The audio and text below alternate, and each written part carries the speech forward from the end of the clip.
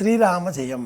చిన్నారి బాలబాలికలు మారాన్ చేస్తూ అన్నం తినకపోతే వారికి ఒక కథ చెప్పి అన్నం తినిపిస్తూ ఉంటాం. అన్నం కావచ్చు, ఆహార పదార్థం కావచ్చు. చిన్నారి బాలబాలికలకు చేసేటటువంటి సమస్త సేవలలో కూడా వారు కాస్త మంకుపట్టు పడితే, చెప్పిన మాట వినకపోతే అనగనగా అంటూ ఆరంభం చేసి వారికి ఒక కథ చెప్పి అనంతరం ఆ కథ కొనసాగించేలోగా ఆ భోజనం పెట్టడమో, స్నానం చేయించడమో, దుస్తులు వేయడమో, చదువు చెప్పడము అదంతా కూడా పూర్తి చేసి అనంతరం ఆ పిల్లవాడు ఆ తర్వాత కథ చెప్తున్నావుగా, ఏమైంది ఆ కథ అని అడగగానే మనం అంటాం, ఇంకేముంది, కథ కంచికి మనం ఇంటికి అంటూ ఉంటాం. కథ కంచికి. కంచి గరుడ సేవ ఈనాటి ప్రత్యేకం. కంచి క్షేత్రంలో వరదరాజస్వామి వారి సన్నిధానంలో గరుడాళ్వారు గారు వేంచేపు చేసి ఉంటారు.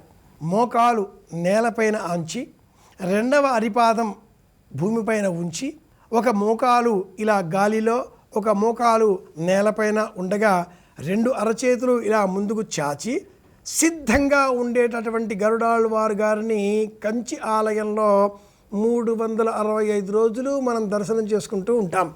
స్వామివారు ఎప్పుడు వేంచేపు చేస్తారా, ఎప్పుడు వాహన సేవ, నేను వాహనాధిరుడిగా ఉండి ఆ స్వామిని సేవించుకునే సేవ లభిస్తుంది అనే మన అందరికీ కూడా ప్రతీకాత్మకంగా ఆ స్వామివారి ఆలయంలో గరుడాళ్వారు గారు ఇలా వేంచేపు చేసి ఉంటారు.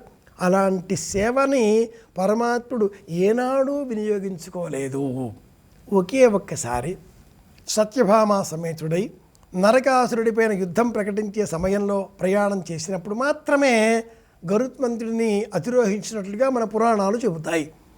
ఆ సమయంలో కూడా స్వామివారు అస్తధారిగా కాకుండా సత్యభామాదేవి బాణప్రయోగం చేయడం కూడా ఒక ప్రత్యేకంగా మనకు పురాణాలు చెబుతూ ఉంటాయి. ఇటువంటి నేపథ్యంలో కంచి వరదరాజ స్వామివారి ఆలయంలో ఉండే గరుడాళ్వారి గారిని ఈ రోజున అలంకరించి స్వామివారి పైన ఆ ఉత్సవమూర్తులను అలంకరింపజేసి ఇదే కంచి గరుడ సేవ అని మనకందరికీ తెలియజేస్తూ ఉంటారు.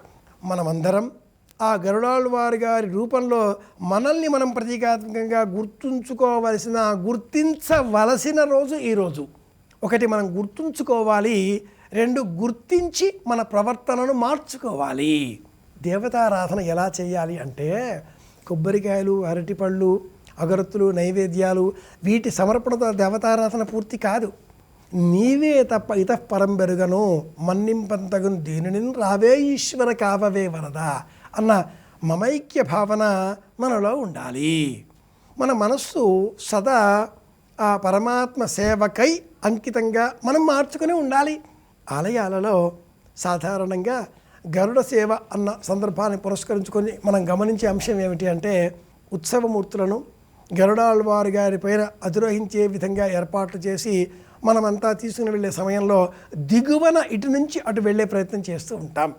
అలాగే ఆ గరుడాళ్వారికి ఆహారంగా అందించేటటువంటి పెసరపప్పు, అన్నం కలిపిన ఆ ఉండలను ఇలా గాల్లోకి ఎగరవేస్తే తిరుమలలో ఉత్సవంలో గమనిస్తూ ఉంటాం.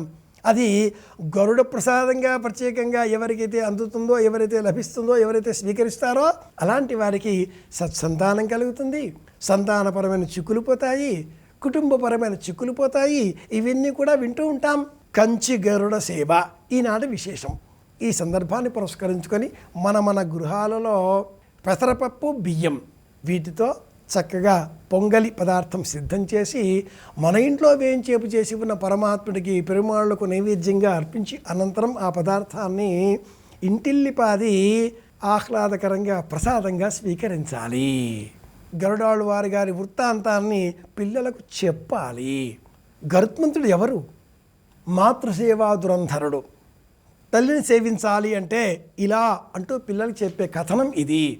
కద్రువ దినత వారిరువురి మధ్యన పోటీలో కద్రువ తన కుమారులను ఉచ్చైశ్రవ తోకకు చుట్టుకొని ఉండగా నల్లగా ఉన్నది అన్న తన మాటను అసత్య రూపంలో నిరూపించుకోగలిగింది.